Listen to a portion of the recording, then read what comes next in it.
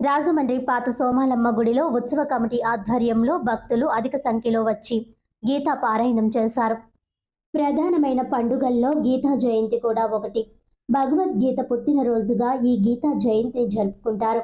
ప్రతి ఏటా మార్గశిర మాసం శుక్లపక్ష ఏకాదశి రోజు గీతా జయంతిని నిర్వహిస్తారు. భగవద్గీత అనేది అర్జునుడు కర్తవ్య నిర్వహణలో తికమక పడుతున్న సమయంలో శ్రీకృష్ణ భగవానుడు ఉపమానంగా అనుగ్రహించిన మహోపదేశం. ఈ పవిత్ర గ్రంథం అర్జునుడికే కాదు, కర్తవ్య నిర్వహణలో భాగంగా ఎదురయ్యే సమస్యలకి సందిగ్ధతకు సమాధానంగా నేటి ఆధునిక యుగంలోనూ భగవద్గీత ప్రమాణంగా నిలుస్తోంది. పవిత్రమైన గీతా జయంతి రోజున శ్రీకృష్ణుడిని ప్రత్యేకించి ఆరాధిస్తారు. అలాగే భగవద్గీత పారాయణం చేయడం వల్ల సకల శుభాలు జరుగుతాయని, జ్ఞానం, ఓర్పు, నేర్పుతో పాటు అనేక సమస్యలకు పరిష్కారం లభిస్తాయని నమ్మకం.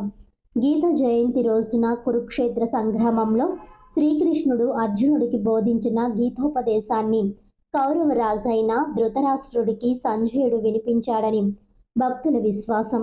సుమారు 6000 సంవత్సరాల పూర్వం ఉపదేశించబడిన నేటి ఆధునిక కాలపు మనుషులకు కూడా ఉపయోగపడుతుందని భక్తుల నమ్మకం. ఈ నేపథ్యంలోనే రాజమండ్రి పాత సోమాలమ్మ గుడిలో ఉత్సవ కమిటీ ఆధ్వర్యంలో భక్తులు అధిక సంఖ్యలో వచ్చి గీతా పారాయణం చేశారు.